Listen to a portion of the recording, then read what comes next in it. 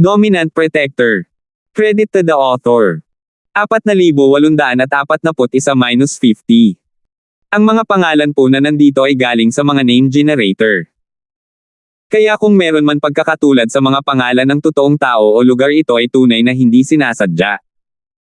Immortal or Mysterious Ascension, wag po malito. Hindi siya naniniwala sa kalokohan ni Terence kung kahit isang batang tulad ni Terence ay maaaring maging isang 7th Realm Refiner, ano siya, isang lalaking nag-aaral ng daan-daang taon. Bukod dito, kahit na ang isang ikapitong baitang alchemist ay hindi makapagpino ng 10 mahusay na table task sa pagbawi sa isang araw. Ito ay imposible. Aalamin ko kung sino ang nagbigay sa akin ng lakas ng loob sa isang araw. Tumingin sa kanya si Terence na may kalahating ngiti. Ano ang pinagtatawanan mo? Bilisan mo at ilabas mo lahat ng materyales.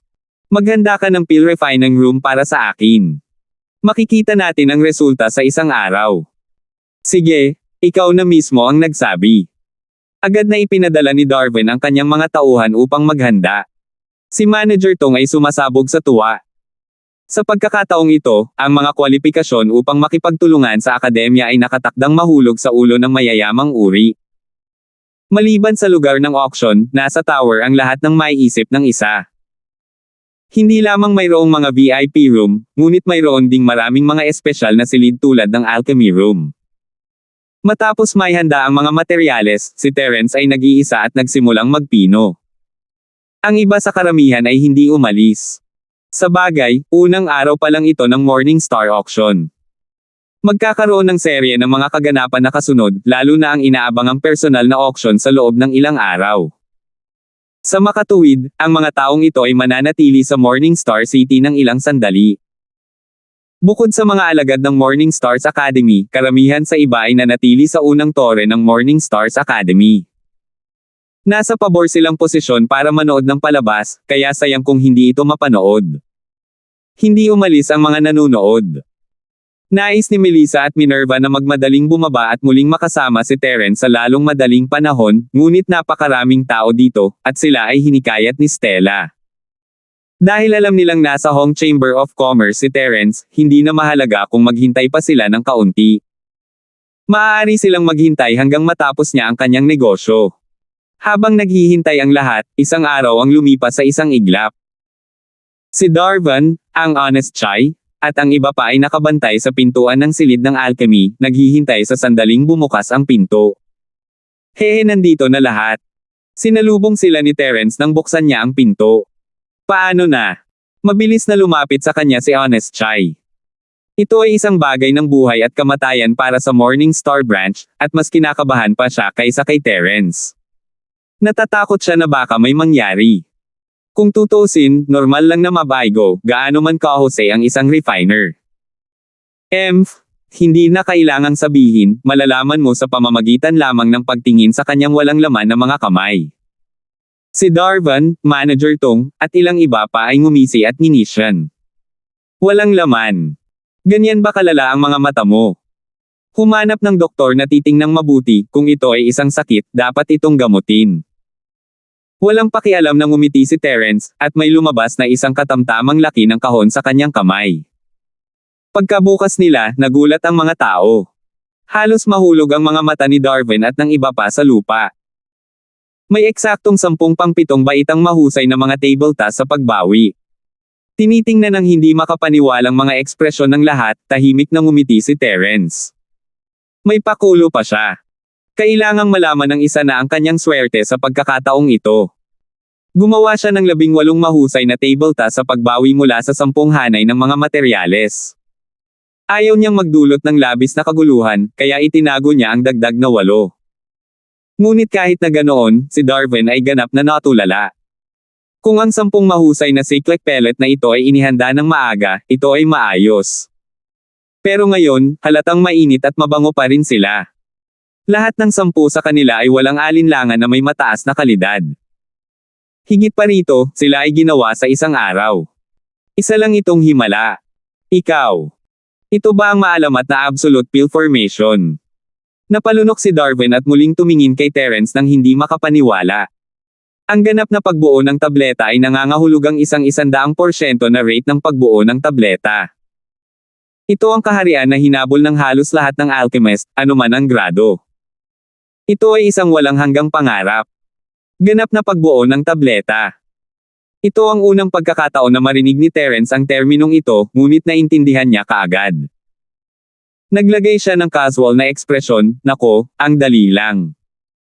Ano ang kakaiba dito? Madali.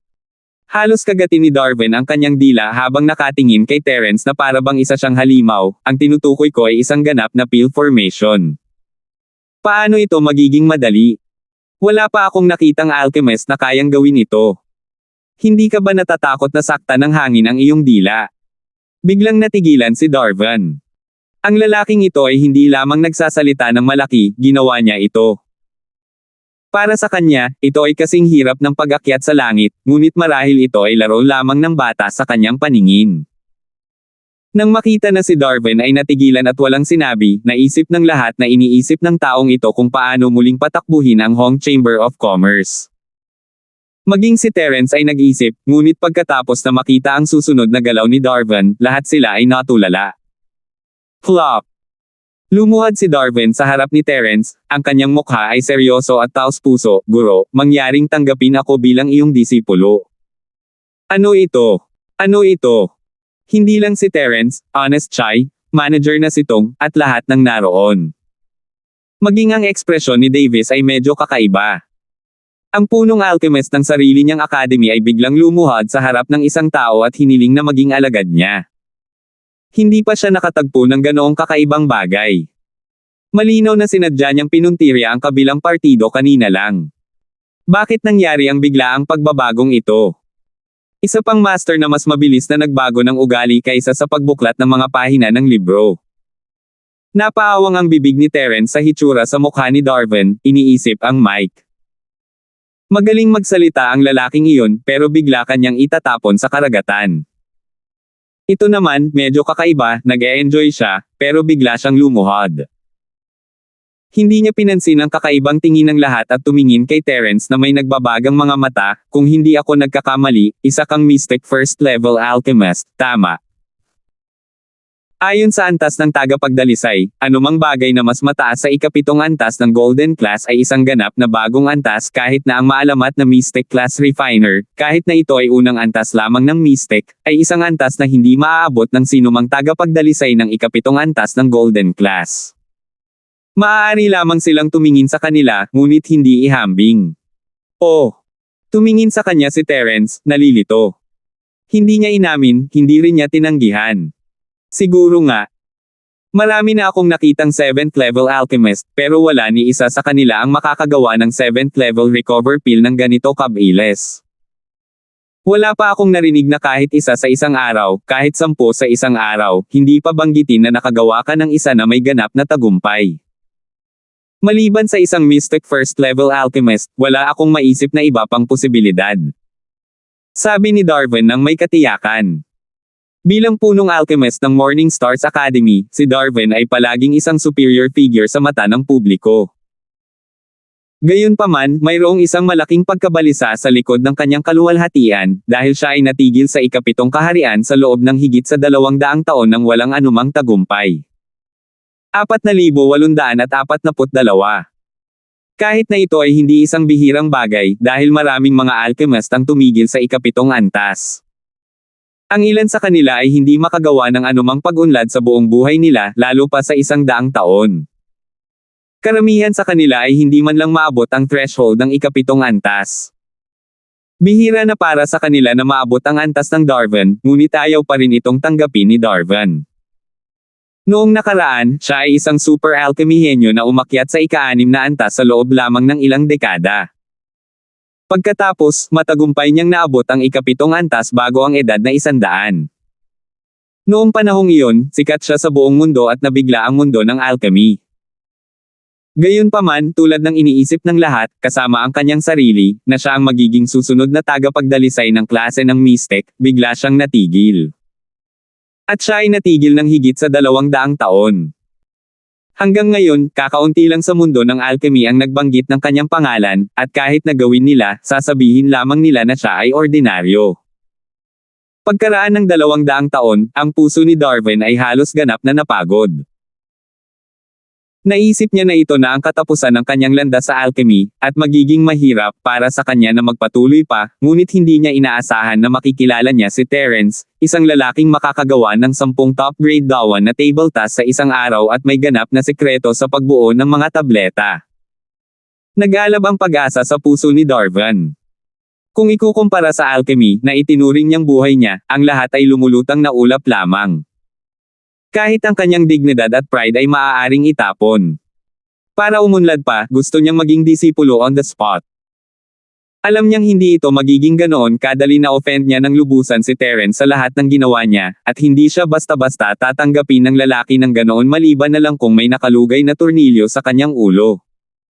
Pero wala siyang pakialam, kailangan niyang subukan kahit anong mangyari, paano kung gumana.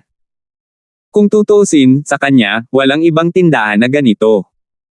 Sinasabing hindi madaling makilala ang isang alchemist na talagang makakagawa ng mga table tasks, at bilang pinunong alchemist ng paaralan, tinalikuran niya ang kanyang dignidad para maging alagad ni Terence sa publiko.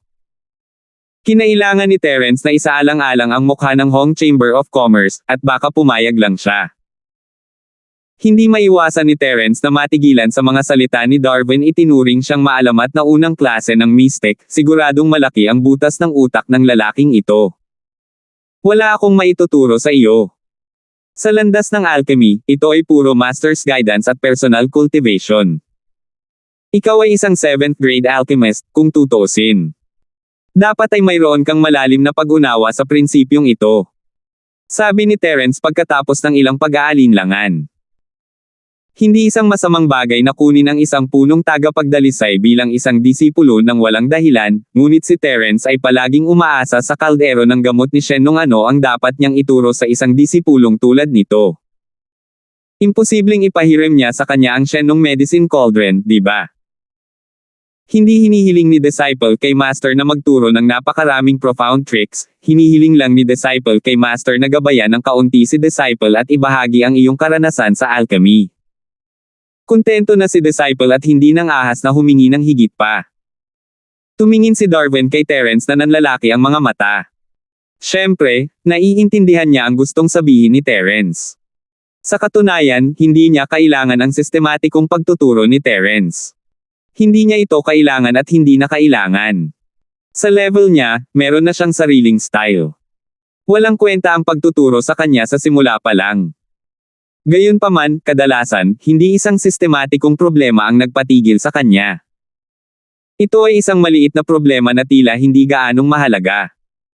Sa mga oras na tulad nito, kailangan lang nila ng kaunting payo mula sa isang eksperto, at agad na magbabago ang sitwasyon. Hindi mapigilan ni Terence na maantig sa sinseridad sa mukha ng lalaki. Napaisip siya. Sige, mabibigyan kita ng ilang mga payo, ngunit. Ayon sa taya, ang mga elixir ni Darwin ay hahawakan ng Hong Chamber of Commerce mula ngayon. Hindi nag-isip si Terence na magbigay ng ilang payo, ngunit bago siya makatapos, gusto niyang sabihin na kukunin na lang niyang disipulo si Darwin, ngunit hindi niya inaasahang luluhod muli si Darwin. Binabati ni Disciple Darwin si Master.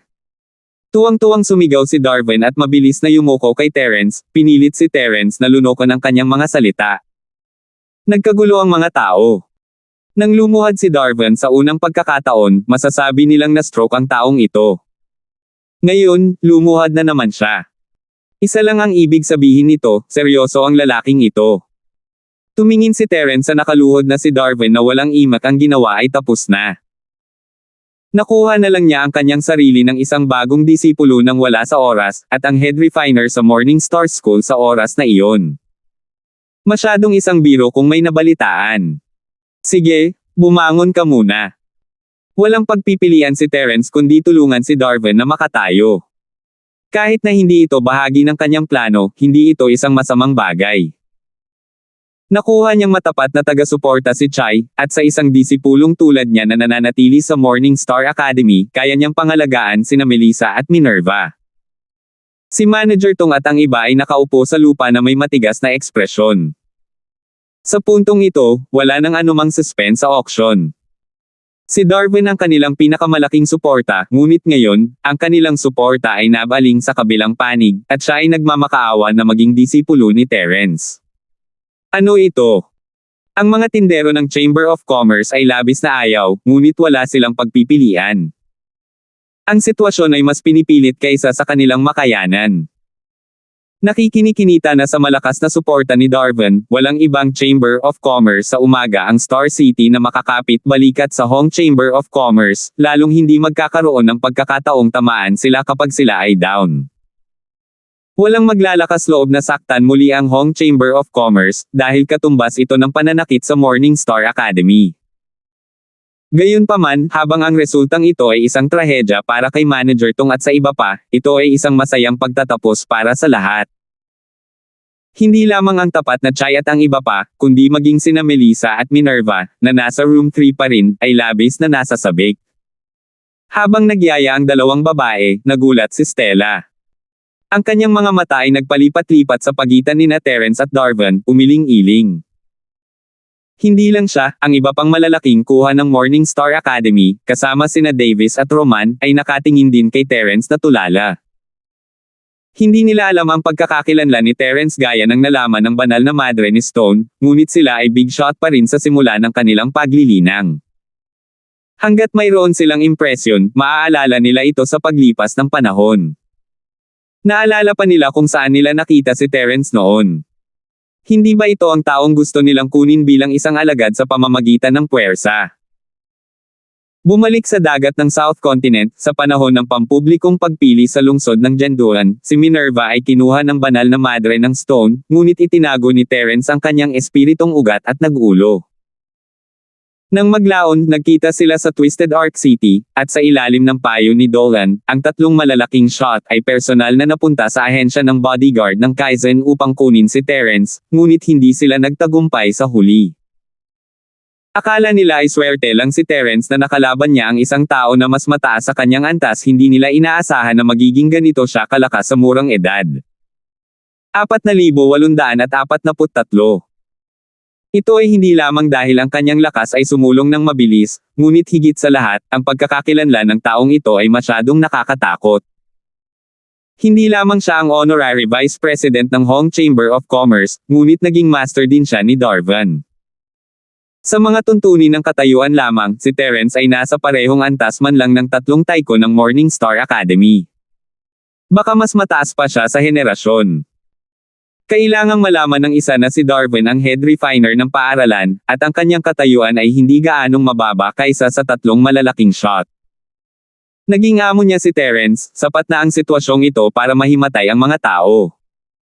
Gayunpaman, bagamat kakaiba ito, ang mundo ng paglilinang ay isang lugar pa rin kung saan iginagalang ang lakas.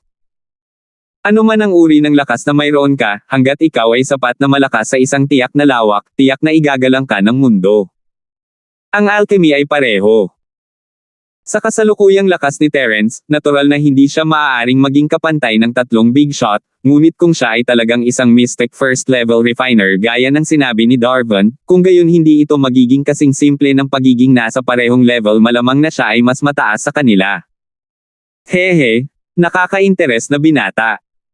Matalim na tiningnan ni Davis si Terence mula sa karamihan at naglakad palabas ng unang tore. Hindi na niya kailangan pang magsalita. Ang Hong Chamber of Commerce ang tanging supplier para sa paaralan. Dean, niloko ka talaga ng batang ito noon. Medyo nanghihinayang ka ba? Biglang lumitaw si Roman sa likod ni Davis at lumingon kay Terence na may kakaibang ekspresyon. Ang mga salitang ito ay talagang kanyang sariling mga iniisip. Sa mga tuntunin ng antas ng pagnanais para sa isang henyong disipulo, si Roman ang pinakamalakas sa tatlong malalaking shot. Sa bandang huli, nalaman niya na ang isang lalaking lumalaban sa langit ay nadulas mula sa pagitan ng kanyang mga daliri. Ngayon, sobrang nanghihinayang siya na malapit nang magberde ang kanyang bituka. Huli na ang lahat para magsisi. Nasa parehong antas na siya ngayon sa inyong dalawa. Kung gusto mo siyang maging disciple mo ngayon, magiging biro ka kung kumalat ang bagay na ito. Kahit papaano, magiging lubhang kawili-wili ang ekspresyon ni Darwin. Sa isang punto, ang banal na madre ni Stone ay nagpakita rin sa harap ng dalawa. Sa tabi niya ay sina Melissa at Minerva, na patuloy na lumilingon sa likod. Ang dalawa sa kanila ay hindi makapaghintay na makilala si Terence sa sandaling makita siya, ngunit napakaraming tao dito, at sa wakas ay nakumbinsi sila ng madre ni Stone. Isa lang ang gusto nilang gawin ngayon, magmadaling bumalik sa academy at lumabas sa Hong Chamber of Commerce para makita si Terence. Matapos marinig ang mga salita ni Stone, hindi napigilan nina Davis at Roman na ngumiti ng mapait sa isa't isa. Tumingin sila kay Minerva at sinabing, Minerva, bakit hindi mo ako pinaalalahanan noon? Hindi ba magandang hayaan ang iyong senior na sumali sa academy? Sa kanyang talento at lakas, walang duda sa pagtrato na kanyang matatanggap. Buntong hininga. Sa sandaling sumali si Terence, hindi lang ito magiging henyo para sa kanilang paaralan, ngunit higit sa lahat, magkakaroon sila ng isang Mystic First Level Master. Ang mga benepisyo ay hindi nasusukat, ngunit huli na para sabihin ang anumang bagay ngayon. Uncle Master, ito po ay sariling desisyon ng aking senior brother. Hindi po ako pwedeng makialam. Inilabas ni Minerva ang kanyang dila at ngumiti kay Melissa. Bumigay ang mga dumaraan at pinanood ang tatlong malalaking kuha ng academy na umalis. Sa kabilang panig, pagkatapos ng dramatikong pagtatapos ng auction sa Umaga Star Pavilion, iminungkahi ni Darvan, Master, gusto mo bang pumunta sa aming academy para tingnan? Hindi naman masama ang tanawin sa loob. Paano kung bigyan mo ako ng payo tungkol sa alchemy room? Mabuti naman. Tumango si Terence. Nag-aalala siya kung paano siya papasok sa paaralan at pupuntahan sina Melissa at Minerva, at perpekto ang mungkahi ni Darvan. Walang sinabi si Honest Chai at iniwan ang lahat kay Mingshan. Mabilis siyang umalis kasama sina Terence at Darvan.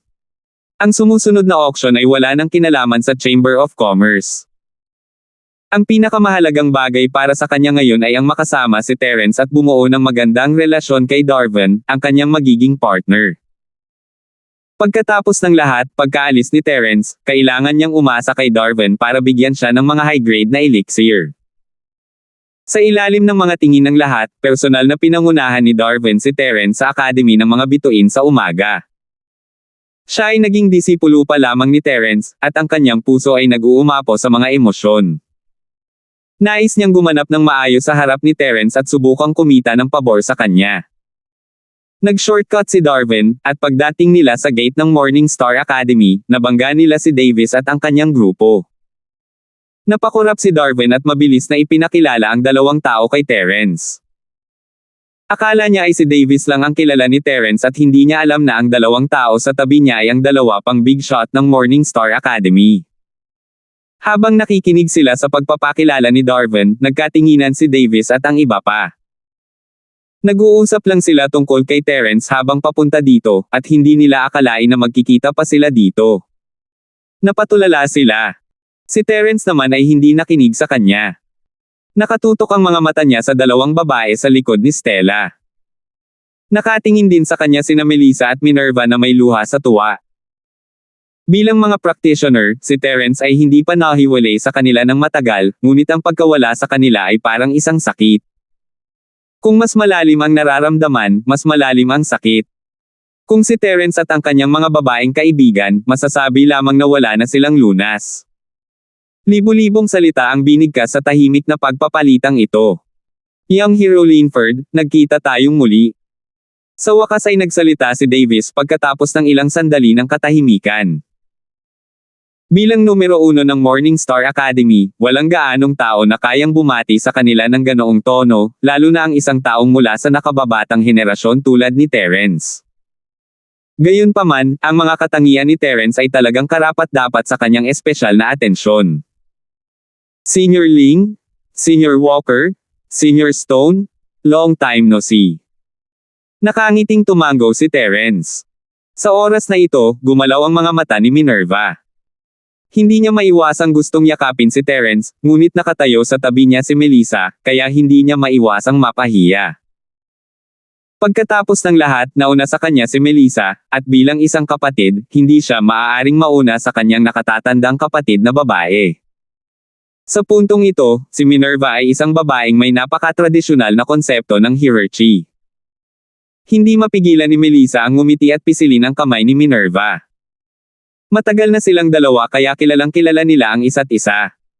Masasabi niya kung ano ang iniisip ni Minerva sa isang tingin lamang mayroon pa rin silang tacit na pagkakaintindihan sa pagitan ng magkapatid. Namula ang mukha ni Minerva sa gulat. Hindi siya nangahas na maging masyadong matapang sa ilalim ng tingin ng lahat at napigilan lamang niya ang mga umuusok na emosyon sa kanyang puso. Naglakad siya sa harap ni Terence at sinabi sa nanginginig na boses, "Senior Brother Linford." Natigilan si Darwin nang marinig niya ang bati ni Minerva. 4,844. Lumipat ang mga mata ni Darwin sa pagitan ni Terence at Minerva na hindi makapaniwala. Ano? Ano ang tawag mo sa aking Panginoon? Siya ang iyong nakatatandang kapatid. Hindi mo inaasahan ito, di ba, Darwin? Si Terence ay nakatatandang kapatid ng aking disipulo, at pareho silang mga disipulo ng 3 pavilion sa North Island. Darwin, tumawa ang banal na madre ni Stone, noon pa man ay gusto mong maging mas malakas kaysa sa akin. Ngunit ngayon, hindi mo na kailangang isipin pa iyon. Naging grand disciple ka na. Hindi napigilan nina Davis Ling at Roman Walker na mapangiti nang marinig nila ito. Kahit sa ang East Province Academy iyon, ang posisyon ng punong alchemist ay palaging nasa tuktok. Lalo na kung ito ay tulad ng tumataas na Cloud School, napaka-normal para sa kanila na maging big boss ng pangalawang ranggo na paaralan. Sa kabilang banda, hindi nabasag ang katayuan ng 3 taiko ng Morningstar Academy dahil sa kanilang lakas. Gayunpaman, hindi si Darwin ang uri ng tao na kusang magpapasakop sa iba. Hindi niya malalampasan ang Dean Davis, at hindi rin niya mahihigitan si Vice Dean Roman, na maraming disipulo. Isang target na lang ang natitira, at iyon ay ang makadiyos na madre ng East Sea, na halos nag-iisa. Bagamat siya ang vice principal ng academy, bihira siyang makisali sa mga gawain ng academy. Mayroon lamang siyang 2 disipulo, sina Melissa at Minerva. Maliban sa kanyang lakas, siya ang pinakamakapangyarihang figure sa academy. Sa katunayan, si Darwin ay palaging may pagkakataon na malampasan siya, at inilagay na siya ng publiko bilang pangatlo sa pinakamakapangyarihang figure sa academy. Pero ngayon, imposible. Napailing si Darwin na may mapait na ngiti. Paano nangyari ito? Ito ang tinatawag na fickleness ng mundo. Darwin, mas mabuting tanggapin mo ang iyong kapalaran, ha. Tumawa si Roman sa gilid. Sige. Pero hindi na mahalaga ang ganitong bagay. Para sa akin, ang alchemy ang pinakamahalaga. Natawa din si Darwin. Kung ikukumpara sa katayuan at katanyagan ng paaralan, mas inaalala niya ang alchemy. Hanggat maaari siyang sumulong sa alchemy, handa siyang isuko ang lahat. Nagkatinginan si Davis at ang iba pa at nagtawanan. Ang isang punong alchemist na ganap na nalubog sa alchemy ay isang magandang bagay na hindi maaaring hilingin ng academy. Hehe, ipapakilala kita ulit. Ngumiti si Terence at tumango sa 2 babae. This is my junior sister Minerva from the North Island. This is my deskmate, Melissa. Ano? Anong ibig mong sabihin sa deskmate? Si Darwin ay muling natigilan. Hindi lang siya, kundi si Davis at ang iba pa ay naliligaw din. Lalong nabigla ang banal na madre ni Stone. Palagi niyang iniisip na sa kanyang mga disipulo, si Minerva lamang ang konektado kay Terence. Hindi niya inaasahan na maging si Melissa ay konektado kay Terence. Pero anong ibig niyang sabihin sa deskmate niya? Master Darwin, huwag kang makinig sa kanya. Namula si Melissa at tumingin kay Terence na may kaunting paninisi. Nag-iinit ang puso ni Terence habang nakatingin sa kanyang cute na mukha. Hindi niya ito mapapagod kahit ilang beses pa niya itong makita, tulad noong una silang magkita sa tren. Huwag, hindi ako master. Ikinaway ni Darwin ang kanyang kamay at itinama siya, dahil ikaw ang aking master. Deskmate, ikaw ang aking senior.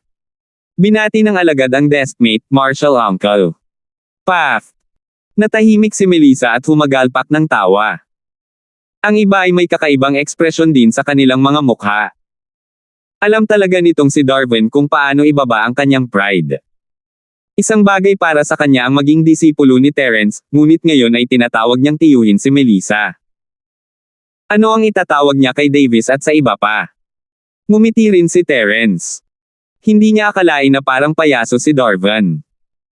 Pagkatapos ng lahat, siya ay isang matandang ikapitong kaharian na alchemist, at bihirang makakita ng isang taong kasing bukas niya. Noong una, medyo napigilan pa ang lahat dahil sa kanilang katayuan. Pagkatapos ng lahat, si Davis at ang iba pa ang mga big shot ng Academy.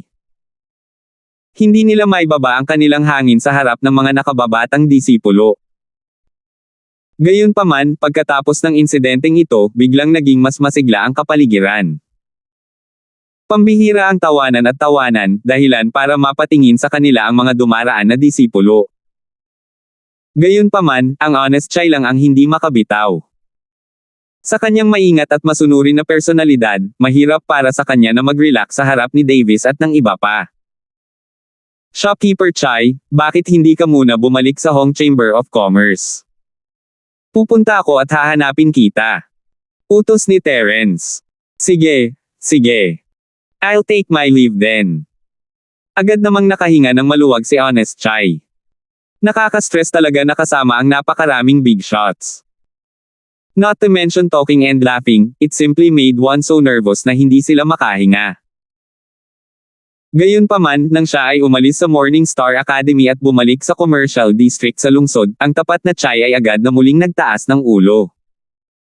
Pagkatapos ng lahat, kinakatawanan niya ngayon ang Hong Chamber of Commerce, na nakatakdang maging numero 1 Chamber of Commerce sa hinaharap. Matapos panoorin ang matapat na pag-alis ni Chai, naglakad si Terence at ang grupo sa mga gate ng Morning Stars Academy. Noong una siyang dumating sa lungsod, sumasakit pa rin ang ulo niya kung paano makapasok sa academy, ngunit ngayong mayroon na siyang disipulo na may ganoong kalakas na background tulad ni Darvan, ang lahat ay naging mas madali at mas kaaya-aya. Maging si Davis at ang iba pang malalaking boss ng paaralan ay iba ang pakikitungo kay Terence, at ang mga disipulo ay naglakas loob lamang na manood mula sa malayo, hindi man lang lumakad palapit sa kanya. Paano kung magalit sila sa mga malalaking boss sa kanilang paligid? Nagkwentuhan at nagtawanan sila habang nasa daan. Sa huli, isinantabi ng lahat ang isyo ng seniority na dulot ni Darvan at nagpasya na pag-usapan ang kanilang sariling mga bagay. Kung hindi, imposibleng makilala ang dalawa. Si Terence ay ang nakatatandang kapatid ni Minerva at ang Panginoon ni Darvan, habang si Minerva ay ang disipulo ng banal na madre ni Stone. Ito ay isang kabuoang gulo. Maaari nilang kalimutan ang tungkol sa pag-aayos ng problema sa seniority sa kanilang susunod na buhay at maaari lamang sundin ang seniority na nakasanayan nila. Pagkaraan ng ilang saglit na paglalakad ay naghiwalay na sila ng landas. Hinayla si Terence sa refinement room ni Darvan. Sina Melissa at Minerva ay gustong sumama sa kanila, ngunit bumalik sila kasama si Stella pagkatapos ng panghihikayat ni Terence. Pagkatapos ng lahat, hahanapin pa rin sila ni Terence pagkatapos niyang umalis sa lugar ni Darvan. Bilang punong alchemist ng Academy, ang tirahan ni Darvan ay natural ang pinakamagandang lugar sa Academy. Hindi lamang maganda ang tanawin, ngunit nakakahimok din ang espiritual na chi. Lumiwanag ang mga mata ni Terence habang sinusundan niya si Darvan sa silid. Isa itong espesyal na idinisenyong silid para sa pagpino ng mga elixir, at may malaking storage room sa tabi nito, na nag-iimbak ng lahat ng uri ng mga bihirang materyales. Tulad ng inaasahan ng punong alchemist ng Academy, ang laki ng imbakan ng mga espiritong damong ito ay tila mas pinalaki kaysa sa akin. Hindi napigilan ni Terence na mapabuntong hininga. Ito ay isang bagay na syempre. Ang kanyang spirit herb storage ay gumagana lamang sa loob ng ilang taon, habang si Darvan ay gumugol ng daan-daang taon ng maingat na pagsisikap dito. Ito ay simpleng walang kapantay.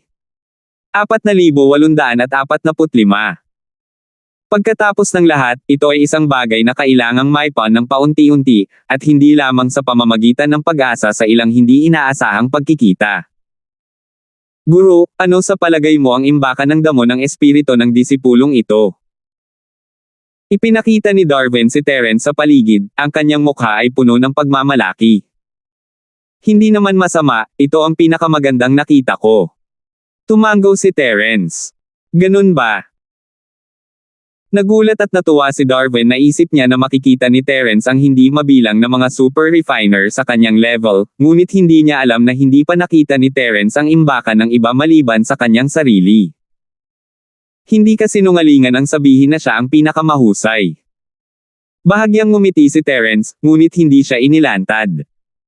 Sa katunayan, ipinagmamalaki ni Darwin ang pagkakaroon ng napakalaking storage room.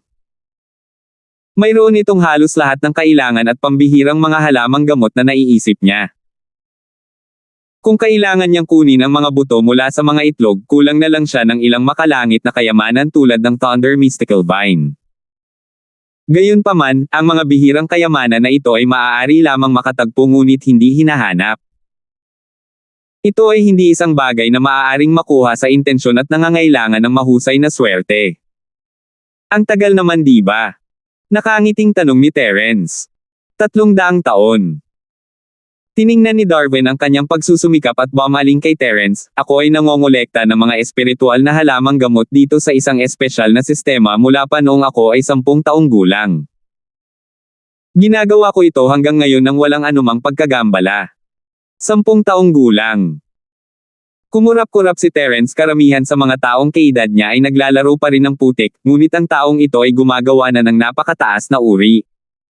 Tama. Master, hindi mo na kailangang magulat. Ako ay mula sa isang pamilya ng mga alchemist, at sinumang miyembro ng pamilya na may kaunting talento ay magsisimulang sumailalim sa alchemy enlightenment mula sa edad na 10. Ang pagkilala at pag-iipon ng mga espiritual na halamang gamot ay ang unang aralin. Paliwanag ni Darwin. Nakikita ko. Tumango si Terence, sa pag-aakalang ito ang ibig sabihin ng manalo sa panimulang linya. Dahil iyon ang kaso, ang iyong pamilya ay hindi dapat magkukulang sa mga mahuhusay na alchemist, tama? Kailangan pa bang espesyal na kilalanin ako bilang iyong Panginoon? Master, mali ang pagkakaintindi mo. Bagamat ang aking pamilya ay isang pamilyang alchemy, ito ay hamina ng matagal bago ako isinilang. Hindi lamang ito hindi na maluwalhati, ngunit ito ay nabuli din.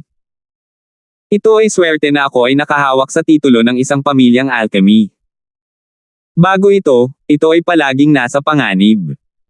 Ito ay pagkatapos lamang ako ay naging isang ikapitong lupain na alchemist. At least, hindi ako naninirahan sa bawat araw ng takot. Sabi ni Darwin na may mapait na ngiti. Bawat pamilya ay may kanya-kanyang problema. Tumingin si Terence kay Darwin ng may simpatiya. Pagkatapos na ang disipulong ito ay maging isang ikapitong ranggo na alchemist, bagamat ang sitwasyon ay naging matatag sa ngayon, ang sitwasyon ay hindi pa rin optimistiko. Dahil upang mapanatili ang reputasyon ng isang pamilyang alchemy, ang pamilya ay dapat magkaroon ng hindi bababa sa 2 ikapitong ranggo na alchemist.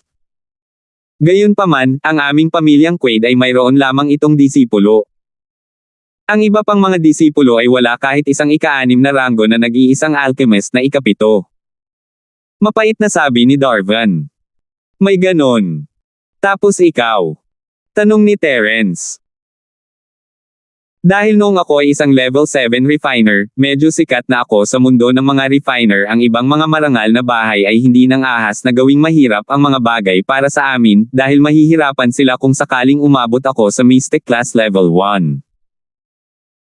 Kaya, gumawa sila ng exception at binigyan kami ng 200 taon basta ako ay naging isang Mystic Class Level 1 na bahay, na maaari naming mapanatili ang aming titulo sa loob ng 200 taon o noble na house. Aalisin na tayo sa pamilya mula noon, mawawala sa iyo ang lahat ng mapagkukunan ng pamilya ng alchemy. Huminto si Darwin dito at mapait na ngumiti, mula noong naging ikapitong ranggo akong alchemist hanggang ngayon, halos 200 taon na lang. Hindi magtatagal bago matapos ang takdang oras. Ito ang tunay na dahilan kung bakit hindi siya nagdalawang isip na isuko ang kanyang dignidad at lumuhad sa harap ni Terence.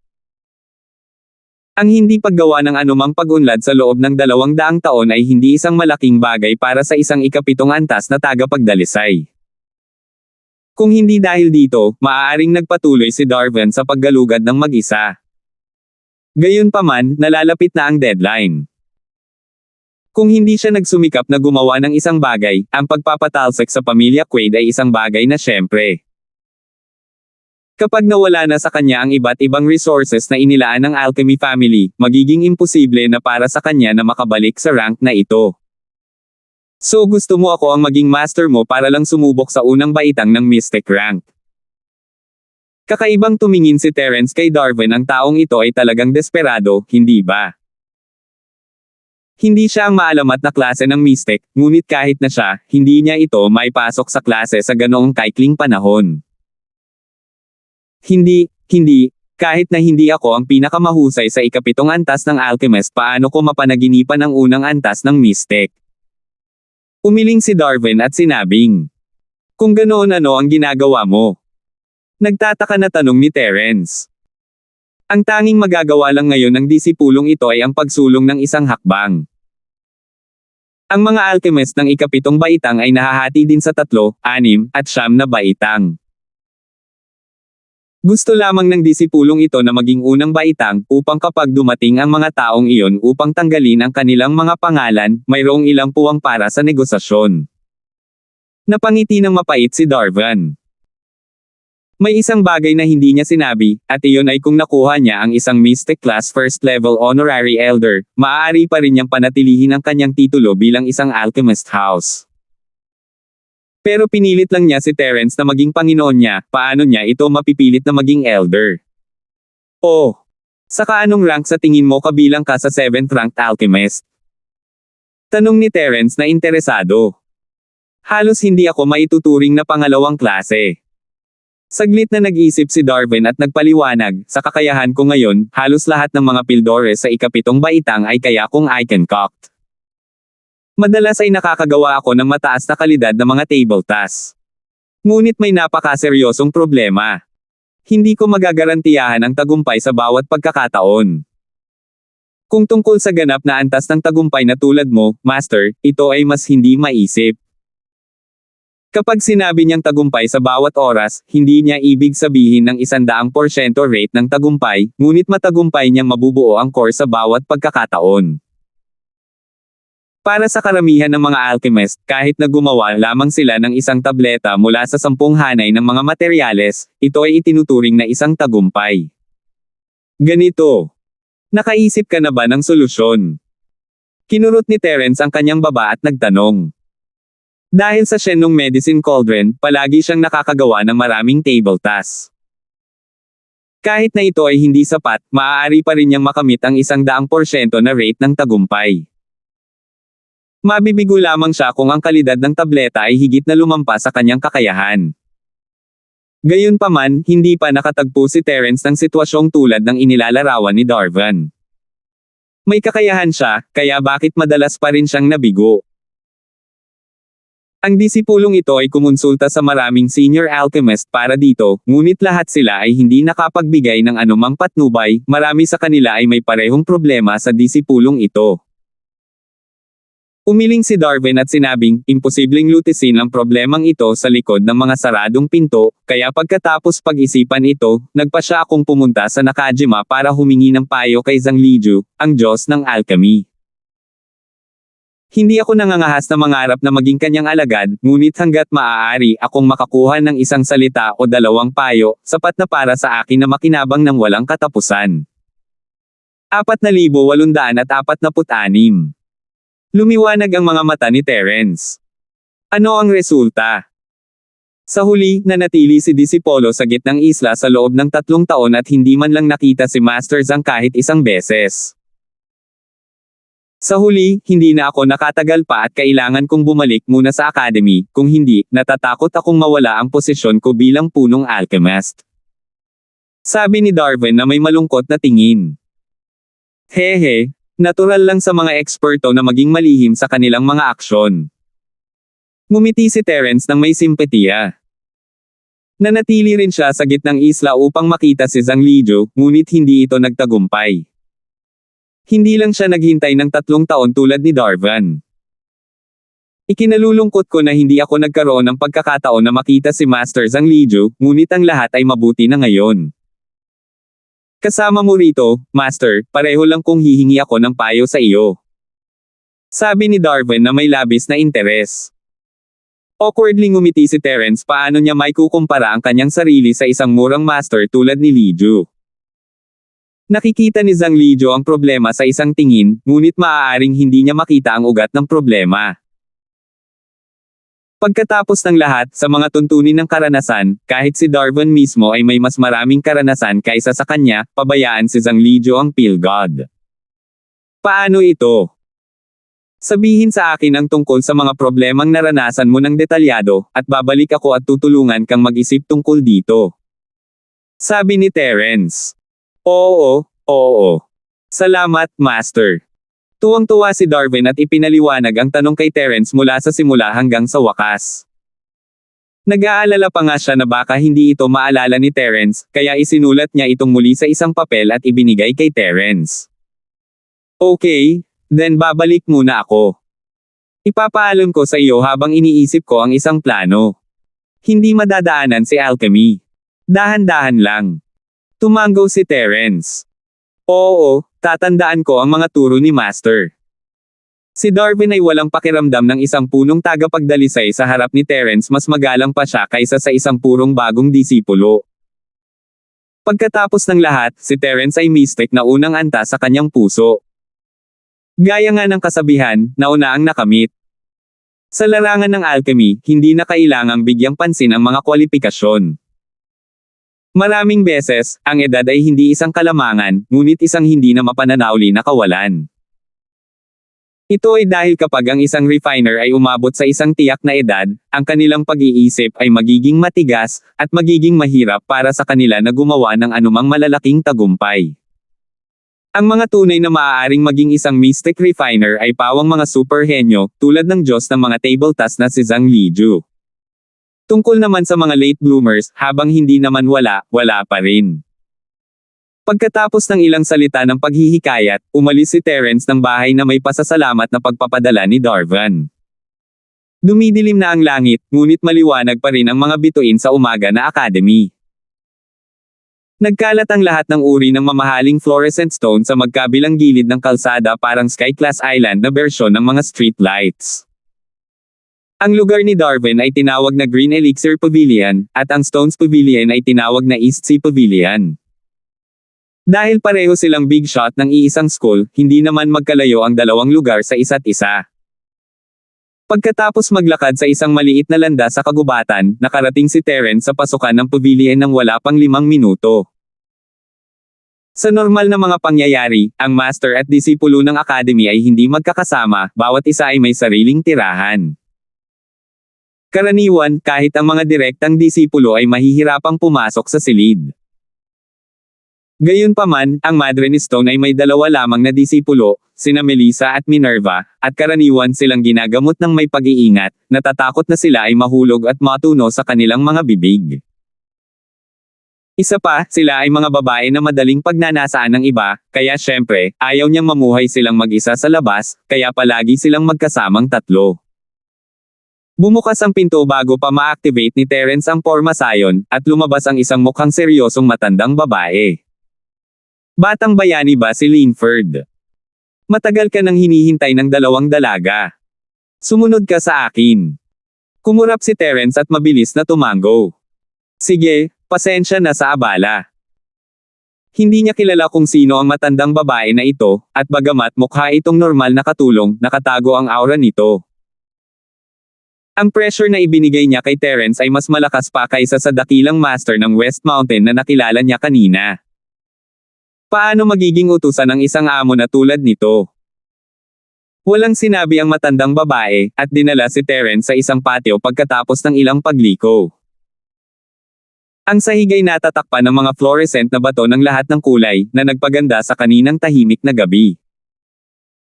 Sa gitna ay isang sinaunang pavilion, at sina Melissa at Minerva ay nakaupo sa loob, nag-uusap. Terence, sa wakas nandito ka na. Naningkit ang mga mata ng 2 babae nang makita nila si Terence. Wala na kasing tao sa labas gaya ng ginawa nila noong araw, at wala na silang pakialam sa mga reserbasyon ng kanilang babae. Mabilis silang sumugod sa mga bisig ni Terence na parang mga kalapati. Sa Melissa sa isang kamay at Minerva sa kabilang banda, gagawin ni Terence na berde sa inggit ang lahat ng lalaki sa mundo kung makikita nila siyang ganito. Ito ang ibig sabihin ng maging isang dream winner sa buhay. Hehe, bakit pakiramdam ko tumataba kayong dalawa? Si Terence ay nasa mabuting kalooban. Hindi naman nag-iba ang itsura ng dalawang babae, slim pa rin at payat pero iba ang pakiramdam nila sa yakap niya. Sila ay mas mataba. Saan? Sabay na namula sina Melissa at Minerva, sinampal si Terence sa likod ng kanilang mga kamay. Kahit anong klaseng babae sila, ang bigat ay palaging isa sa mga bagay na pinakapahalagahan nila. Tumawa si Terence. Hindi niya akalain na masama pala sa mga babae ang tumaba. Sa kabaligtaran, kung ang mga babae ay pamayat tulad ng unang pagkakataon na nakita niya si Melissa, kailangan niyang mag-alala kung may nangyari sa kanila. Sa totoo lang medyo masarap maging chubby. Nakalulugod pa rin ito sa mata at mas komportableng hawakan. Nga pala, kayo lang ba ni Senior Stone ang nakatira sa lugar na ito? Binago ni Terence ang paksa, ang matandang babae lang ang nakita niya, at wala nang iba. Tama. Maliban sa amin at sa guro, ang bingilang na lola ang nagdala sa iyo. Tumanggaw si Melissa. Lola Rona. Tumalon si Terence, walang imek, anong sitwasyon? Hindi naman ako napunta sa maling lugar, di ba? Naging Prinsesa Wanzo ba kayong dalawa? Hindi naintindihan ni Minerva ang biro, ngunit hindi napigilan ni Melissa na matawa, hindi lang ang mukha niya. Siya ay mahaba at bingi. Hindi mo ba napansin na hindi naririnig ng bingi na lola ang sinasabi ng iba? Totoo naman. Pinisil ni Terence ang kanyang ilong nang hindi makapagsalita. Hindi niya ito kinausap pagkatapos ng unang pangungusap. Akala niya seryoso siya, pero bingi pala si lola. Huwag mong maliitin ang bingi na lola. Kahit si Master ay pinalaki niya. She's actually very strong and she's very good to us. Karaniwan, kung may sumusunod sa amin, si bingi na lola ang lumalabas at tinatakot sila. Nakangiting sabi ni Minerva. 4,847. Isang follower. May naghahanap ba ng gulo sa'yo dito? Nagbago ang mukha ni Terence. Bihira lang iyon. Sa pagkakakilanlan ng aking nakababatang kapatid na si Minerva, at sa reputasyon ng Master, karamihan sa mga disipulo ng Academy ay nangangahas lamang na manood mula sa malayo, at walang sinuman ang maglalakas loob na lumapit sa amin. Gayunpaman, ang East Province ay palaging gumagawa ng mga kakaibang tao, at kabilang sa mga ito, palaging may ilang mga polaka. Hindi komportable para sa Master na kumilos ng personal, kaya't ang kanyang lola ay tila nabibingi sa kanila. Malayo ang maraming tao. Nakangiting sabi ni Melissa. Hehe, so sinasabi mo na ninakaw ng bingi na lola ang misyon ko. Hindi mapigilan ni Terence na mapangiti. Siya ang personal bodyguard ng School Beauty, at sina Melissa at Minerva ay walang alinlangan na mga kagandahan ng paaralan dito. Kailangan nila ng taong magpoprotekta sa kanila. Buti na lang at wala siya dito, at nandito ang bingi na lola. Kaya kailangan mong magpasalamat sa kanya ng maayos. Humajejek si Minerva. Matapos gumugol ng napakaraming oras kasama si Melissa sa East Continent, halatang naging mas masayahin siya. She couldn't wait to ask, let's not talk about US. Kumusta kayo pagkatapos nating maghiwalay sa South Continent Sea? Tama, paano ka biglang umabot sa huling yugto ng Nascent Soul? Mayroon ka bang hindi inaasahang pagkikita? Si Melissa ay curious din.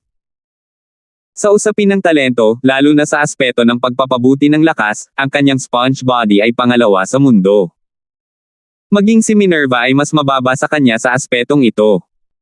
Gayunpaman, kahit na siya ay nasa kalagitnaan lamang ng yugto ng Nascent Soul Realm.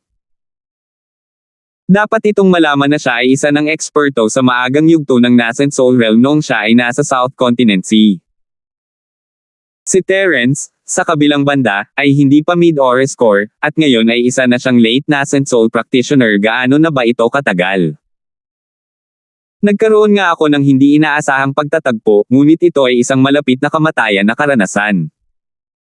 Baka hindi na ako makasurvive kung bibigyan pa ako ng pagkakataon. Nakangiting umiling si Terence. Bilasan mo sabihin mo sa akin. Pagpupumilit ng dalawang babae. Sige, sabi niya. Sinabi ni Terence sa kanila ang lahat ng kanyang pinagdaanan, mula sa pagpupulong ng escort agency sa South Continent hanggang sa pagtugi sa lumang sekta ng West Mountain. Sinabi niya sa kanila ang lahat ng detalye, maging ang 5 lason ay lumubog. Pagkatapos ng lahat, ang dalawang batang babae ay nasa parehong panig kung hindi niya pinagkakatiwalaan ang mga ito, kung gayon walang sino man sa mundo na tunay na mabubuksan ni Terence ang kanyang puso. Kahit na siya ay hindi matatalo, ito ay magiging isang trahedya. Sina Melissa at Minerva ay nag-click sa kanilang mga dila sa pagtataka. Kung ikukumpara sa kanilang mapayapang buhay paaralan, ang karanasan ni Terence ay nakakagulat. Ang pakikinig lamang nito ay sapat na kapanapanabik. Hindi maiwasang mapatingin ang dalawang babae. Si Terence ay isang misteryosong tao, kung tutuusin. Kahit saan man siya magpunta, may mahiwagang mangyayari. Matagal nang hindi nagkita si Terence at ang dalawang babae, at walang masyadong romantikong kapaligiran sa kanilang tatlo. Pagkatapos ng lahat, ito ang lugar ng banal na Madre ni Stone, at kahit na hindi tatutol ang mga babae, hindi maglalakas loob si Terence na gumawa ng anumang bagay na hindi nararapat dito. Parang isang estudyanteng nakikipag-date sa likod ng kanilang mga magulang, sa likod ito ay medyo kawili-wili sa pag-iisip lamang tungkol dito. Umupo silang tatlo sa pavilion at pinag-usapan ang lahat. Matapos ang buong gabing pag-uusap, hindi pa rin sila nakontento. Sa halip, lalo silang naging excited. Kung titingnan ang sitwasyong ito, hindi magiging problema para sa kanila na mag-chat sa loob ng 3 araw at 3 gabi. Melissa, Minerva.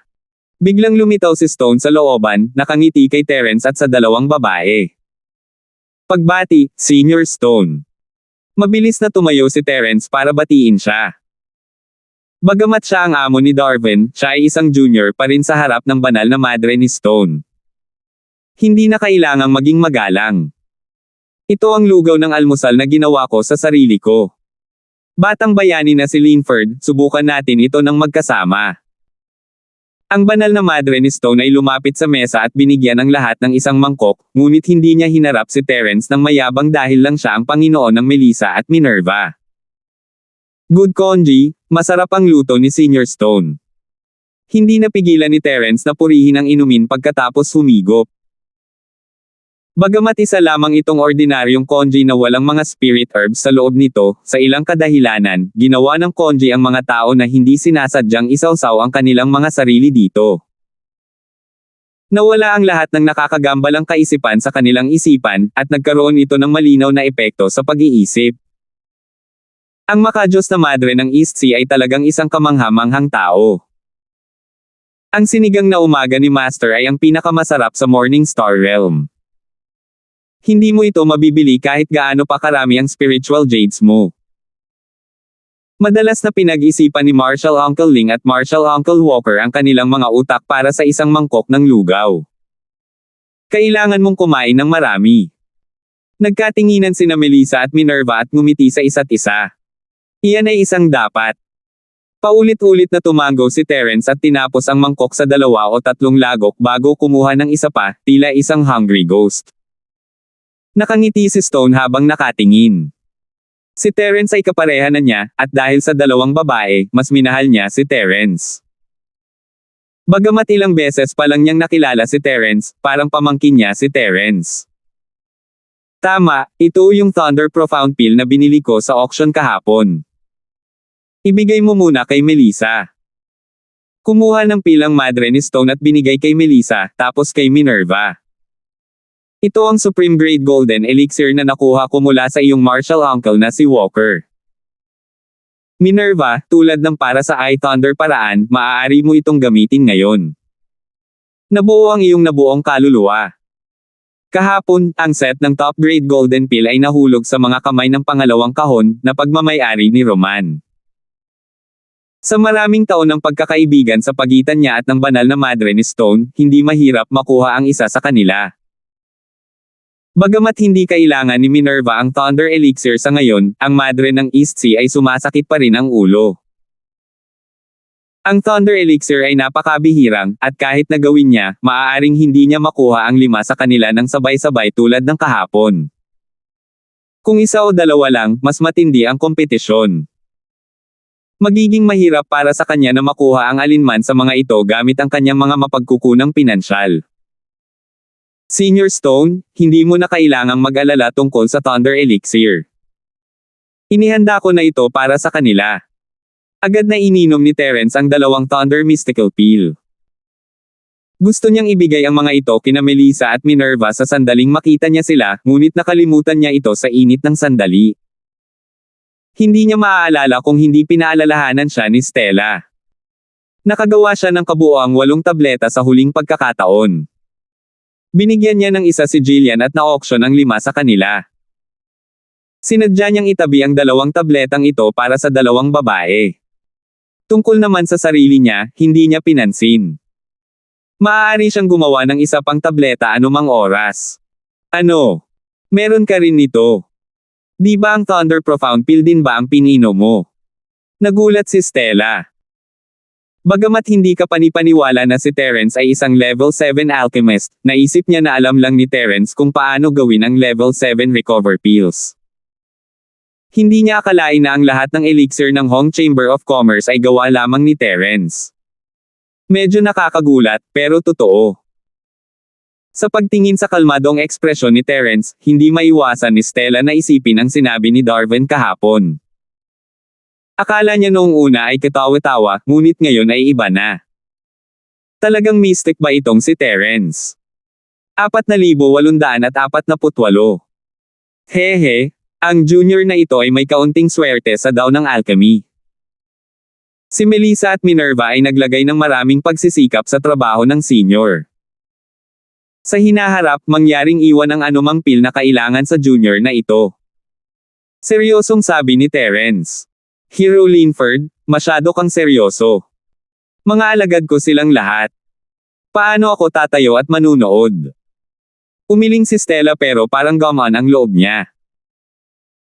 Bilang isa sa 3 malalaking kuha ng Morning Stars Academy, ang kanyang lakas ay walang alinlangan, ngunit siya ay medyo nababanat sa mga tuntunin ng cultivation resources.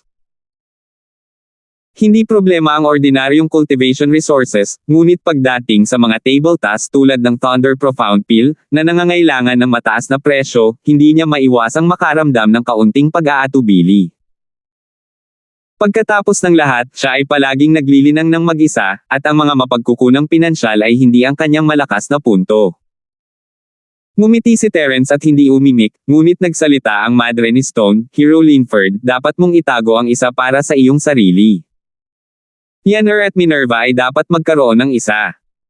Walang silbi ang paggamit ng napakaraming Thunder Mystical Pills na ito. Unti-unting maglalaho ang kanilang mga medicinal properties sa paglipas ng panahon, at ito ay magbibigay din sa mga tao ng pakiramdam ng pagdepende sa isang backup na plano para sa isang backup na plano. Tama si Senior, tumango si Terence. Nangangailangan ng walang humpay na pagpapasya ang paglusot ito ay tagumpay o kamatayan.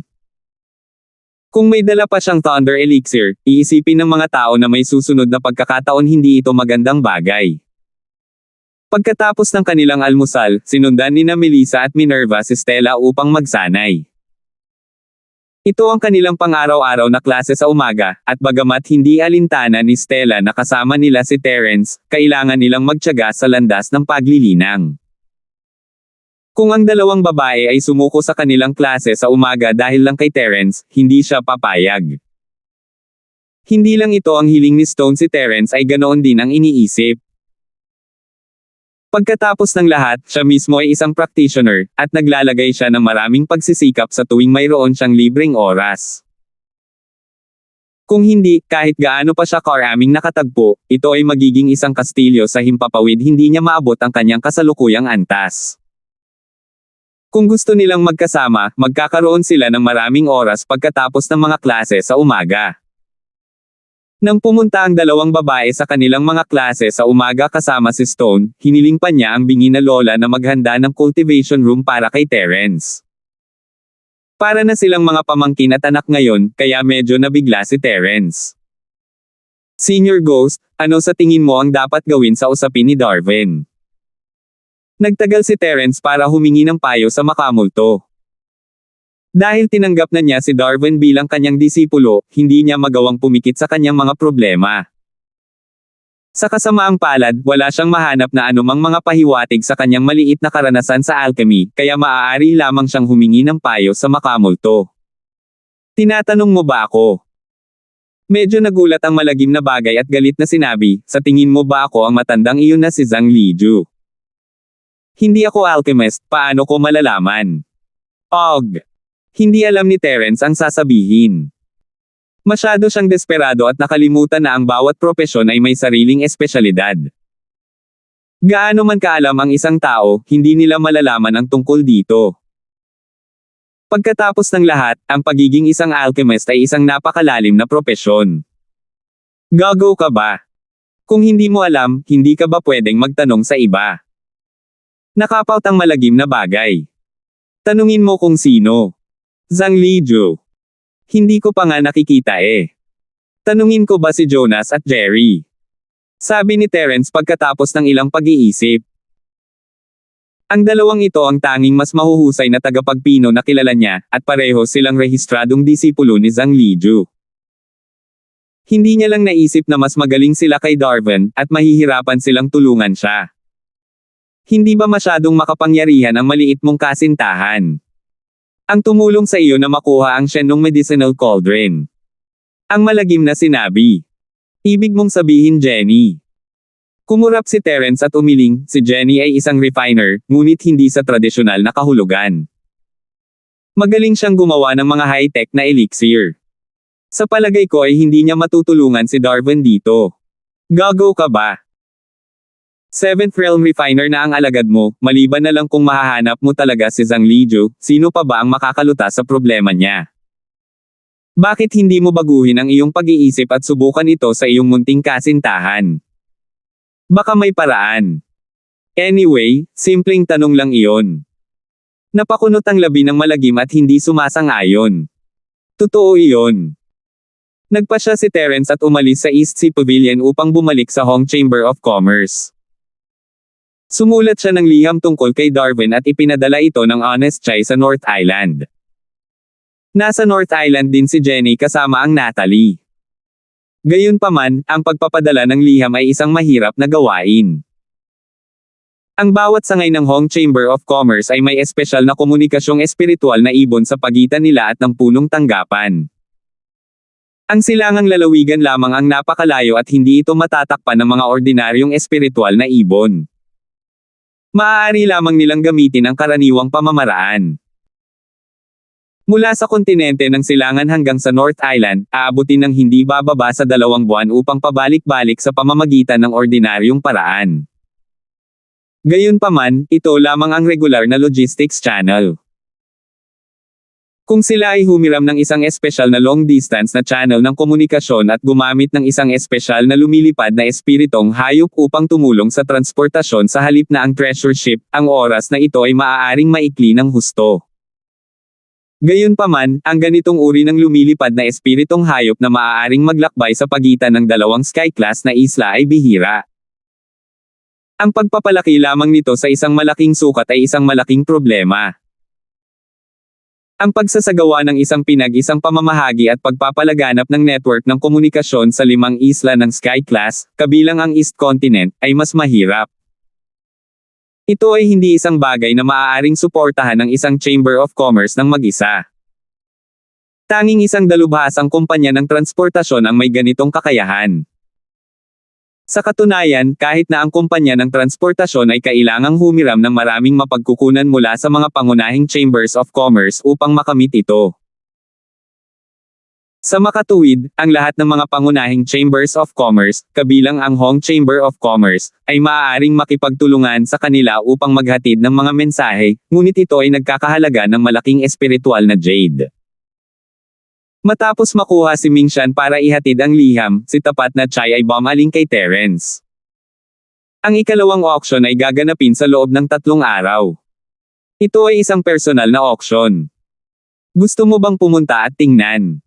Oh. Napakurap-kurap si Terence, narinig na niya ang Mahonest Chai na binanggit ito noon, ngunit nakalimutan niya ito pagkatapos makita sina Melissa at Minerva. Kung wala kang ibang gagawin, bakit hindi mo kunin si Miss Wang at ang iba pa para tingnan? Narinig ko na ang mga individual na auction ay talagang mas kawili-wili kaysa sa mga auction ng Chamber of Commerce.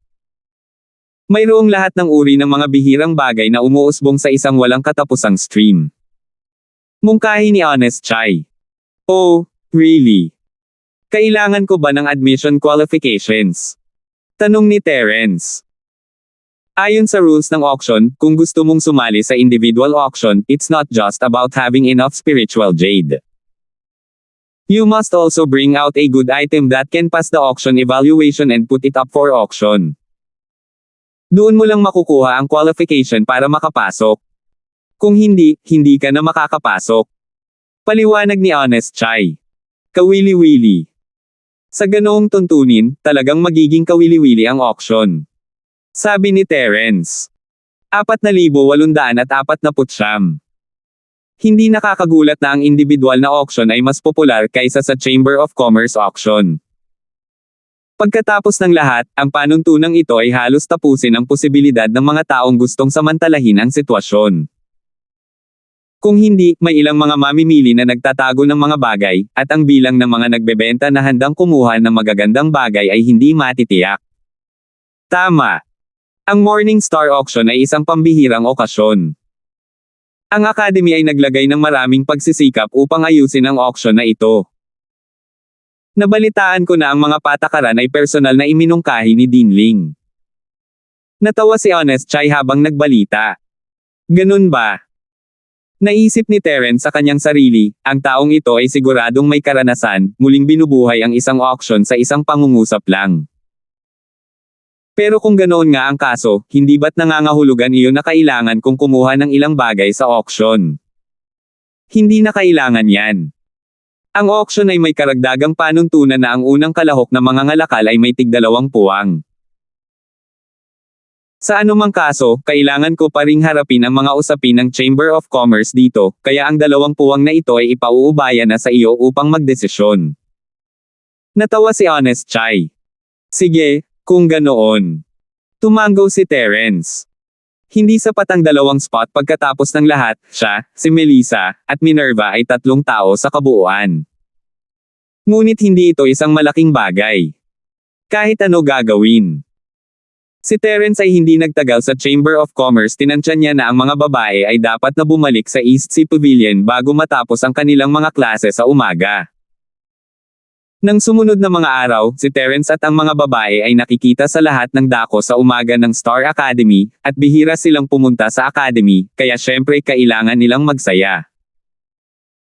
Ang eksena ay dumurog sa puso ng lahat ng mga lalaking disipulo, at tumingin sila kay Terence nang may inggit at selos. Kung nakakamatay ang tingin, si Terence ay namatay na ng 1,000 beses.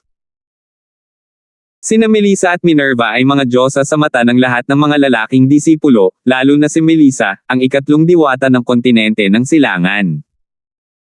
Siya ay palaging isang pag-iral na nakikita lamang ng mga lalaking disipulo sa kanilang mga panaginip. Ito ay hindi isang pangkaraniwang pamagat. Ang mataas na dagat ng Linford ay isang bahagi ng dilaw na dagat ng kontinente ng silangan, at ito ay isang napakalaking bahagi. Ang bilang ng mga dilaw na akademya sa dagat lamang ay nasa dobleng numero, at madaling isipin kung gaano kahalaga si Melissa bilang ikatlong engkanto. Kung ikukumpara, bagamat hindi ganoon kaganda ang kasikatan ni Minerva, ito ay dahil sa nakasanayan niya magsuot ng belo. Sa ngayon, mabibilang sa isang kamay ang bilang ng mga disipulo sa Umaga Star Academy na nakakita sa kanyang mukha. Kung hindi, baka naging isa na siya sa 4 na diwata. Gayunpaman, ang katanyagan ni Minerva ay napakataas pa rin sa kanyang magandang figure at pinong ugali, na halos makahabol kay Melissa. Ngunit ngayon, ang 2 diyosa na ito ay aktwal na magkasama sa binata, nagtatawanan at nag-uusap, at paminsan-minsan, may ilang matalik na galaw ng katawan. Ilang araw nang magkasunod na ganito, at nababaliw na ang mga lalaking disipulo ng Morning Stars Academy. Kung hindi dahil sa reputasyon ni Terence sa auction, lalo na nang maging disipulo niya ang head refiner na si Darvin, malamang na hinamon na siya ng grupo ng mga lalaking disipulo. Ngunit walang nang-ahas na gulo si Terence ngayon kahit ang Dean, si Davis, ay gumagalang sa kanya. Kung magpakita sila ng anumang kawalang galang, ang Academy ang unang susunod sa kanila, kahit na hindi mismo si Terence ang gumawa nito. Wala silang lakas ng loob na magsalita, nakatingin lamang sa malayo at nagmumura sa kanilang mga puso habang naglalagay ng magalang na harapan. Gayunpaman, mayroon pa ring mga nakatagong talento sa loob ng sekta, hindi lahat ay maaaring magpigil. Maraming gustong lumipat kay Terence, tulad ni Froilan. Magugulat ang ibang tao sa background ni Terence, ngunit hindi kasama doon si Froilan. Siya mismo ay may malakas na background, at isa sa mga nangungunang tao sa lungsod. Siya ay nag-iisang anak na lalaki ng kanyang ama, at lahat ng tao sa lungsod ay kilala tungkol sa kanya. Siya ay ang nag-iisang Panginoon ng lungsod, pagkatapos ng lahat. Sa lahat ng mga lungsod ng Academy sa kontinente ng Silangan, mayroong isa pang malaking kapangyarihan bukod sa kilalang Academy, na siyang mansyon ng Panginoon ng lungsod. Ang East Province Academy ay natural na pangunahing kapangyarihan ng mga pangunahing lungsod ng akademya.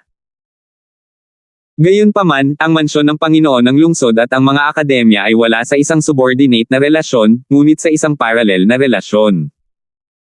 Kunin ang Morningstar City bilang isang halimbawa. Sa teorya, ang City Lord Baufala at ang Dean Davis ay pareho ang katayuan. Sa katotohanan, silang dalawa ay mga pangunahing miyembro ng Dean's Council of Elders. Hawak nila ang mahusay na awtoridad at sila ang nangungunang mga tao sa Morningstar City. Gayunpaman, ayon sa mga alituntunin, dapat isipin ng parehong partido ang kanilang sariling negosyo. Si Davis ay hindi magiging kasangkot sa pamamahala ng Morningstar City, at ang Baufala ay hindi magiging kasangkot sa pamamahala ng Academy.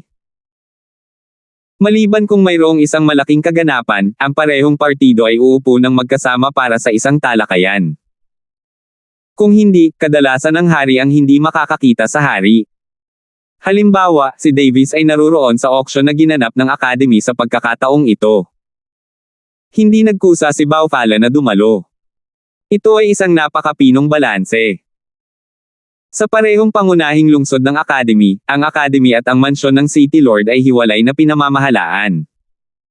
Ito ay isang espesyal na istruktura sa East Province. Pagkatapos ng lahat, mas malaki ang lungsod, mas maraming bagay ang magkakaroon. Dapat may big shot para personal na mamuno. Kung hindi, ito ay magiging kasing gulo ng South Province. Ang isang punong guro tulad ni Davis ay hindi magkakaroon ng oras para gawin iyon, kaya ang hitsura ng mansyon ng Panginoon ng lungsod ay hindi maiiwasan.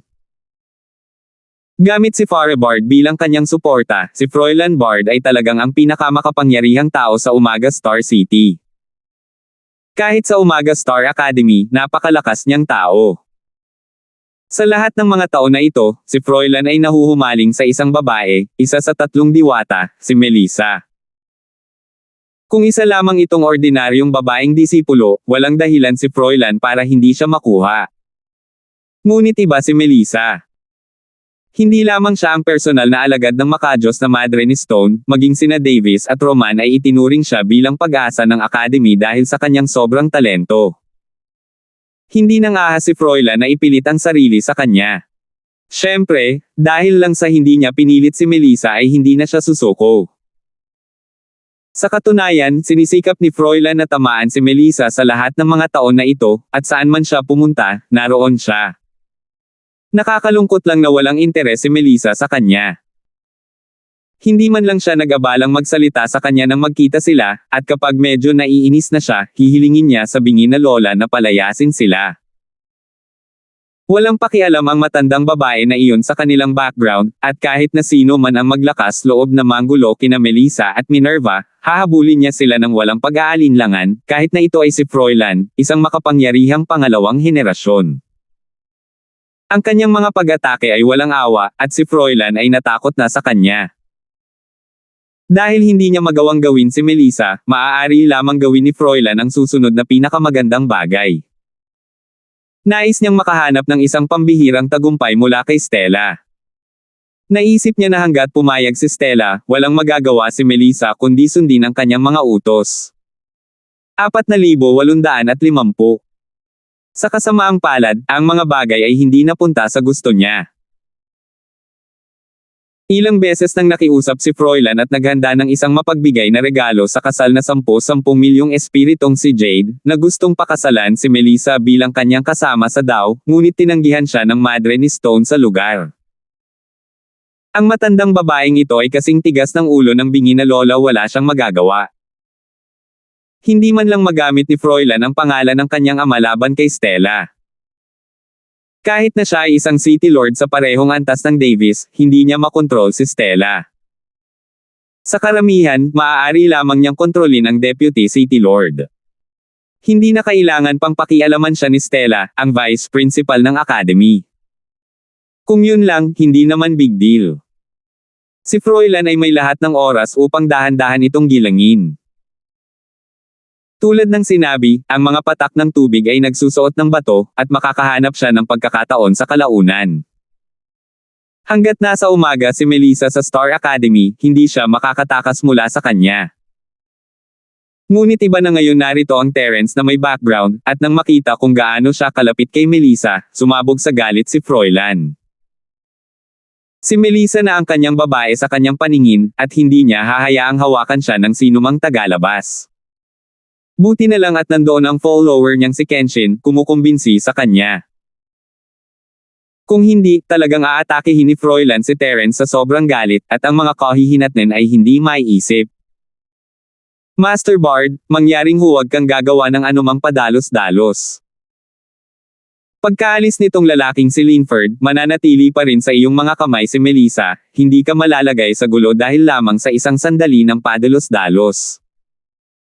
Ginamit ni Kenshin ang lahat ng kanyang lakas para hilahin si Froilan sa isang sulok at bamulong. Itong si Linford ay isang alagad mula sa North Island, at mukhang hindi siya sasali sa aming akademya. Imposibleng manatili siya rito ng masyadong matagal. Young Master Bard, pakitiis muna sandali at huminahon ka. Wala kang alam. Noon pa man ay nasa puso ni Melissa ang batang ito, at iyon ang dahilan kung bakit tumanggi siyang pumayag sa aking kahilingan. Kahit na ano, kailangan kong tanggalin ang batang ito, kung hindi, hinding-hindi ko makukuha si Melissa. Galit na sabi ni Froilan. Kaya nga, paano natin siya aalisin? Kahit si Darwin ay disipulo niya, kung hindi tayo mag-iingat, malalagay tayo sa gulo. Sa oras na iyon, kahit ang City Lord Bard ay maaaring hindi ito masettle. Sabi ni Kenshin na nakakunot ang noo. Kailangan kong tanungin ka ng tanong na ito. Ikaw ang aking pinagkakatiwalaang think tank. Kailangan mong tulungan akong mag-isip ng isang mahusay na paraan upang harapin ang Linford na ito nang walang anumang epekto. Tumingin si Froilan sa kanya at sinabi. Dati, si Kenshin ang laging humahawak sa mga ganitong bagay. Nagagawa niya ito ng maayos sa bawat pagkakataon, kaya nagtiwala siya kay Kenshin. Kailangan kong pag-isipan ito. Namhilog ang mga mata ni Kenshin habang bumubulong, pangunahin na dahil medyo mataas ang level nitong si Linford. Mahirap gamitin ang mga pamamaraan na ginamit namin sa pakikitungo sa mga alagad ng Academy sa kanya. Ang taong ito ay hindi lamang master ni Darwin, kundi pati na rin ang honorary vice president ng Hong Chamber of Commerce. Siya ay may isang malakas na relasyon sa loob at labas. Oo, si Froilan ay medyo natakot din, siya ay hindi isang walang utak, kung tutuusin, at alam niya kung paano sukatin ang lakas ng kanyang mga kaaway. Ay bully niya ang sinumang makakaya niya, at atras kung masyadong malakas ang kalaban. Malinaw na si Terence ang huli. Ngunit muli, kahit na ang Linford na ito ay may napakalakas na background at isa ring bihirang super alchemist, ang kanyang lakas ay talagang hindi ganoon kahusay. Nasa advanced stage lang siya ng orihinal na level. Kung maaari tayong magkaroon ng patas na laban, ang batang master na si Bard, maaari mo siyang patayin sa isang hakbang. Sok. Sinuri Kenshin. Tama, ito lang ang magagamit natin, pero hindi ko naman siya kayang hamanin, di ba? Isa akong peak stage na nascent soul, pero hinahamon ko pa rin ang isang late stage na nascent soul na katulad niya. Magiging katatawanan ako, at baka murahin pa ako ni Melissa. Sabi ni Froilan na nakakunot ang noo. Ang isang direktang labanan ay tiyak na hindi gagana. Huwag nating pag-usapan kung ang may apelyidong Linford na lalaki ay nang-ahas na sumang-ayon o hindi. Kahit papayag siya, malamang nalalabas ang mga higher up ng school para pigilan siya. Tiyak na wala tayong makukuhang advantage. Umiling si Kenshin. Kung ganoon, mag-isip ka agad ng ibang paraan. Hinimok ni Froilan. Matagal na nag-isip si Kenshin bago biglang pumalakpak, alam ko. Dahil hindi komportable para sa atin na harapin ang Linford na iyon, makakahanap lang tayo ng paraan para patayin siya gamit ang hiniram na kutsilyo. Auction na ngayon, kaya tingnan natin kung makakapagsimula tayo sa auction. Kailangan nating gumawa ng paraan para masaktan siya ng makapangyarihang tao. May katuturan iyon. Bilisan mo at gumawa ng magandang plano. Magsisimula na ang susunod na auction. Tumango si Froilan. Young Master Bard, gagana lang ang planong ito kapag dumating na ang oras ng auction.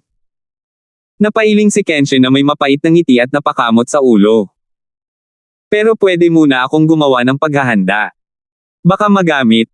Sige, gagawin namin ang sinabi mo. Agad namang tumango si Froilan. Walang ideya si Terence at ang dalawang babae na may nakatingin sa kanila mula sa likuran. Ang tanging ginawa nila nitong ilang araw ay lumabas at magsaya.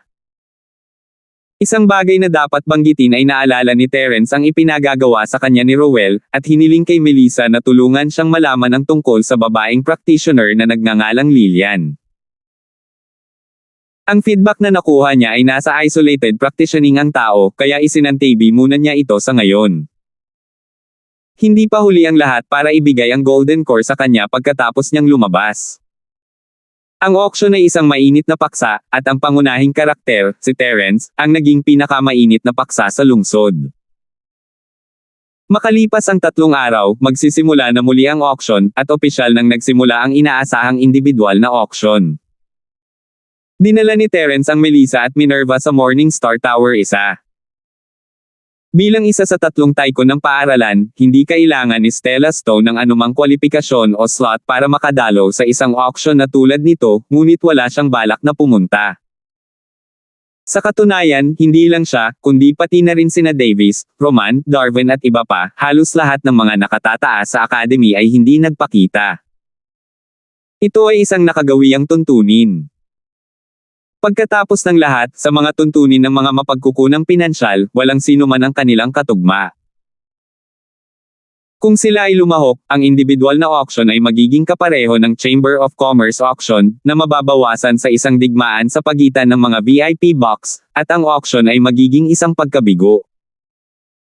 I'm sorry, young hero Linford, kulang pa ang pasok ninyong 3. Biglang hinaranggan ng staff ang 3, na agad na umakit ng malaking grupo ng mga tao na manood. Pagkatapos ng lahat, sina Terence, Melissa, at Minerva ang lahat ng pinagtutuunan ng pansin, lalo na pagkatapos ng malaking palabas ni Terence 3 araw na ang nakakaraan. Walang sino man sa lungsod ang hindi nakakaalam tungkol sa kanya. Ganun ba? Nagkatinginan si Terence at ang dalawa pa.